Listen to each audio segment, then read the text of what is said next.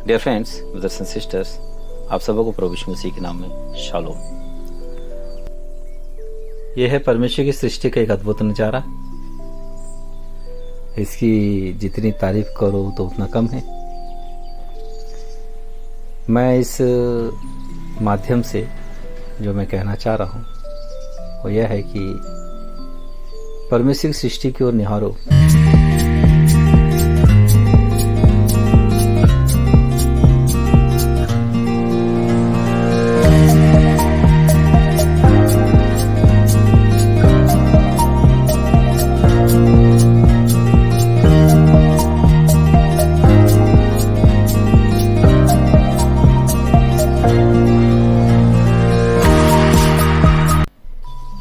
परमेश्वर की सृष्टि की ओर निहारो, उसमें से सचमुच जो तारीफ की काबिल है उसकी तारीफ करो। परमेश्वर से अनभिज्ञ न रहो, परमेश्वर का इनकार ना करो, क्योंकि सृष्टि अपने आप से बिल्कुल नहीं बनी है। यद्यपि ये जो प्याज हैं, प्याज के अंकुर निकल आए हैं, ये हमारी दृष्टि में ऐसा लग सकता है कि अपने आप से अंकुर निकल आए हैं, और सचमुच नजारा तो अद्भुत है। पर प्याज में से निकल आया ना, प्याज को तो किसी ने बनाया, वो परमेश्वर है। इसलिए परमेश्वर की सृष्टि में उसकी गवाही है। परमेश्वर है करके परमेश्वर सृष्टि ही उसका प्रमाण है। और बाइबल लिखा है कि उन्नति जो है परमेश्वर देता है। परमेश्वर ही है जो फसल को बढ़ाता है। जो इसमें का जो जीवन है, जिसमें से जो अंकुर निकल आते हैं, ये जो बढ़ता है, ये परमेश्वर काम है, ये अपने आप से नहीं है। पर इस प्याज के नज़ारे को देखिए, मैं भी इसमें छोटा संदेश बताना चाह रहा हूँ। कितना अद्भुत नज़ारा है। ये फरवरी का महीना है और आज तारीख 9 है। तो ये जो पौधा है, ये वाला जो प्याज है, ये बीते लगभग शायद 15 दिन हुए होंगे। ये पहला प्याज है, 15 दिन से शायद ज़्यादा हो गया है। ये पहला है जो जिसे हमने उठा के रखा, वो अपने आप से बढ़ रहा है, तो बढ़ ही रहा है, काफ़ी बड़ा हो गया ये। और इसके और अलग से भी छोटे वीडियो है, इसमें ऐड करूंगा।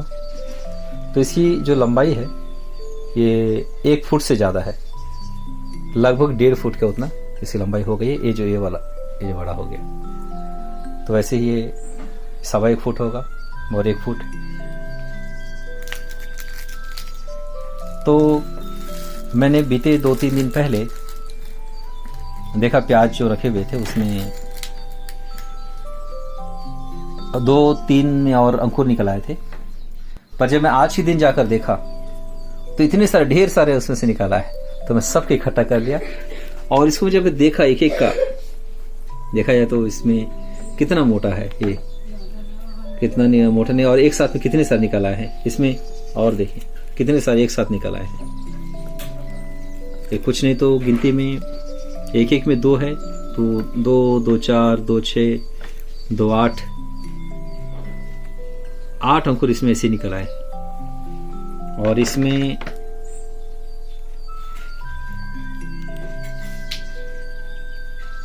भी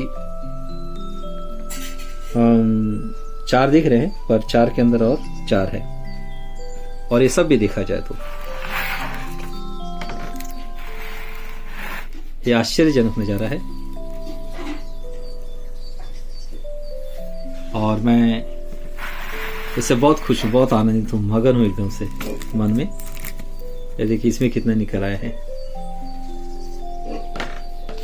तो ना इसके लिए किसी भूमि में बोया गया, ना ही इसे पानी देकर सींचा गया, पर इस फरवरी महीने के इस वातावरण के कारण ये अंकुर निकल आए हैं। मतलब ये जो समय है, एक जीवन के लिए एक अद्भुत, एक अनुकूल समय है। ये क्लाइमेट जो है हमारे जीवन के लिए, स्वास्थ्य के लिए बिल्कुल अनुकूल समय है। सेम ऐसे ही क्लाइमेट जो है वो सितंबर महीने में रहता है। तो इस माध्यम से मैं ये कहना चाह रहा हूँ, उत्पत्ति की पुस्तक के पहले अध्याय और दूसरे अध्याय को देख लें तो दूसरे अध्याय के बिगिनिंग वचनों में 3, 4, 5 वचनों को जब आप पढ़ के देखेंगे तो उसमें लिखा हुआ है कि परमेश्वर यहोवा ने उस समय वर्षा नहीं बरसाई थी, पानी नहीं बरसाया था भूमि पर, तो अभी कोहरा उठता था और भूमि उससे सींच जाती थी। मतलब उन दिनों का पूरा क्लाइमेट ऐसी था जब आदम बनाया गया था। मतलब यह है कि बारिश उन दिनों में नहीं हुआ करती थी, सिर्फ कोहरा उठता था, कोहरा से सारी भूमि सींच जाती थी। तो उन दिनों का क्लाइमेट बिल्कुल ऐसी था, बीज बोने की जरूरत नहीं थी, अपने आप से ऐसे अंकुर निकल आते थे और जो बीज भूमि में गिरते थे फिर से वो अंकुर निकल आते थे और पेड़ और वृक्ष बन जाते थे। और मनुष्यों के लिए भोजन वस्तुएं भी मिलती थी, पशुओं के लिए घास हरी पत्ती भी मिलती थी। तो इस माध्यम से मैं कहना चाह रहा हूं कि आप जरा सोचें कि उन दिनों क्लाइमेट कैसा रहा होगा। और विशेष रीति से मेरा इस रिकॉर्डिंग करने का उद्देश्य यह है कि मनुष्य की जो आयु उन दिनों में थी वो थी 900 साल से अधिक की, लगभग 1000 साल वो जिया करते थे। आदम की आयु 930 साल की थी और उसी क्रम में जल प्रलय के पहले वाला व्यक्ति जो है नूह, वो 950 साल जीवित रहा। तो जल प्रलय के पहले जितने लोग थे उनकी आयु 900 साल से अधिक की थी। मतलब यह हुआ कि जब जल प्रलय हुआ, पहली बार वर्षा बरसी, 40 दिन और 40 रात लगातार बरसा और इतना बरसा कि पूरा पृथ्वी डूब गई उसमें। और उसके बाद जब जल प्रलय का पानी घटा तो उसके बाद से ऋतुएं कंटिन्यू होने लगी और इसका असर यह हुआ कि जो 900 साल से अधिक जीवित रहने वाले थे, जो जल प्रलय पहले भी पैदा हुए थे, शेम, हाम, यपेत, उसमें से उन सबों की उम्र भी 300 साल सीधा घट गया। शेम 650 साल जीवित रहा। मतलब यह है कि क्लाइमेट जो चेंजिंग होती है उसका असर मनुष्यों पर बहुत बुरा पड़ता है। सीधा वो स्ट्रगल होते हैं, उनकी आयुष घट जाती है, उनकी एनर्जी घट जाती है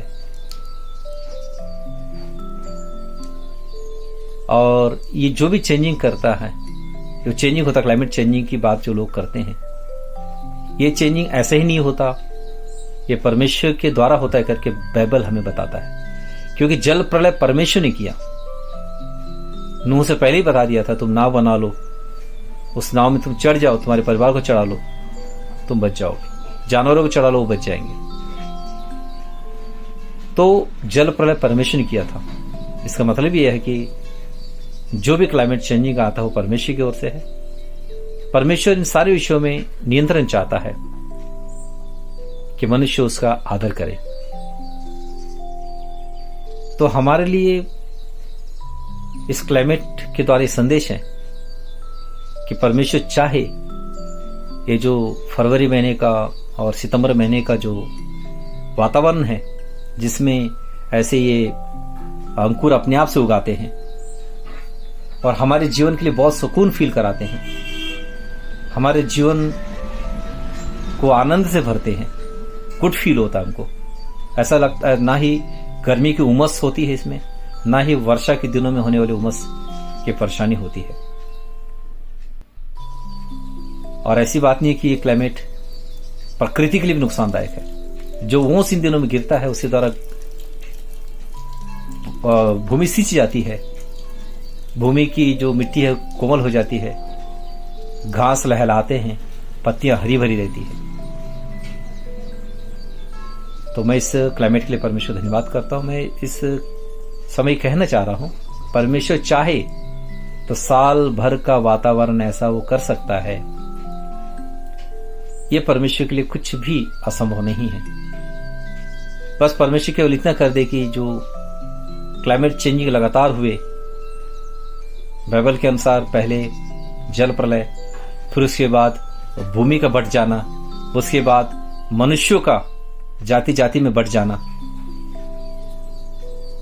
और उसके बाद मनुष्यों का परमेश्वर के त्याग करने की दिशा में अपनी ही हुनर पर सवार होकर हम सब हासिल करने करके जो चले जाने का जो जिद है, यही सब मनुष्य का आयुष्य को लगातार घटाने का कारण है। इसका कारण यही है कि मनुष्य परमेश्वर पर डिपेंड ना होकर अपने जो हुनर है या अपने जो आविष्कार वो कर चुका उस पर डिपेंड हो गया। और जब परमेश्वर चाहेगा तो वो अपना काम करेगा, पर मनुष्यों के लिए जरूरत है कि वो मन फिराए, अपनी इस नुकसानदायक समृद्धि पर से ध्यान हटाकर मन फिराकर परमेश्वर की ओर लगाए। जब अपने पापों के लिए मनुष्य पश्चाताप कर लेंगे और जो कुछ भी नुकसानदायक आविष्कार कर चुके हैं उससे वो तौबा कर लेंगे, मन फिरा लेंगे, परमेश्वर पर लगा लेंगे, तो परमेश्वर भी जो क्लाइमेट में लगातार चेंजिंग किया उसे वो रिवर्स वो कर सकता है।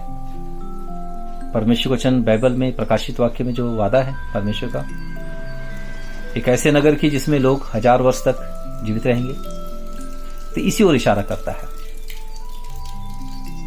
परमेश्वर ये कर सकता है, भाषाओं में गड़बड़ी हटा दे और जो भूमि भट चुकी है उसे एक कर दे,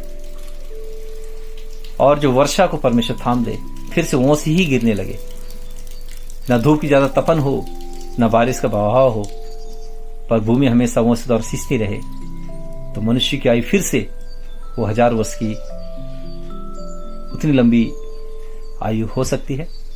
मेरा इस समय का संदेश यही है। एक आनंद का विषय है, मैं इससे आनंद मगन हूं। तो आप लोग के ऊपर है कि आप इससे कितना इत्तेफाक रखते हैं, कितना आनंदित होंगे इसमें। पर मैं इस विषय में प्रभु को धन्यवाद करता हूं कि वो एक जीवित परमेश्वर है, अपनी पहचान वो हर जगह रखा हुआ है। जो कोई इससे आनंदित होना चाहते हैं, प्रभु उन सबों को आशीष देवे। God bless you.